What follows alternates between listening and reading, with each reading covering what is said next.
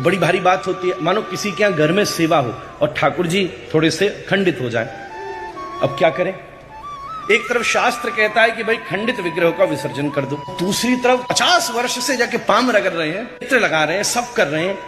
दोनों प्रकार के प्रमाण मिलने, कई संतन ने, हमारे बाबा ही एक को नाराज हो गए, हम ही एक बार बड़े भ्रमित हो गए। आज एक जन आया, बोले महाराज मेरा थोड़ा विग्रह, उन्होंने कहा कोई नहीं, विसर्जन करो, उससे पहले दूसरे विग्रह पुनः स्थापित कर लो, बिल्कुल एज इट इज।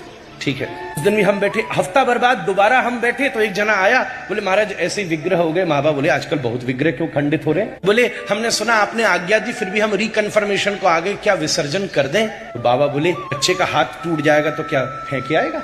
हमने कहा बाबा ये क्या हुआ? पहले वाले को कहा विसर्जन कर दो, दूसरे वाले को कहा हाथ टूट गया तो क्या फेंक आएगा? तो बाबा ने कही सुन, वो जिज्ञासा से आया था, ये निर्णय से आया था, ये विसर्जन की सोच कर आया था। तो छोड़ने को तैयार हो, उसे छोड़ने न दूं, उसे गुरु कहते हैं।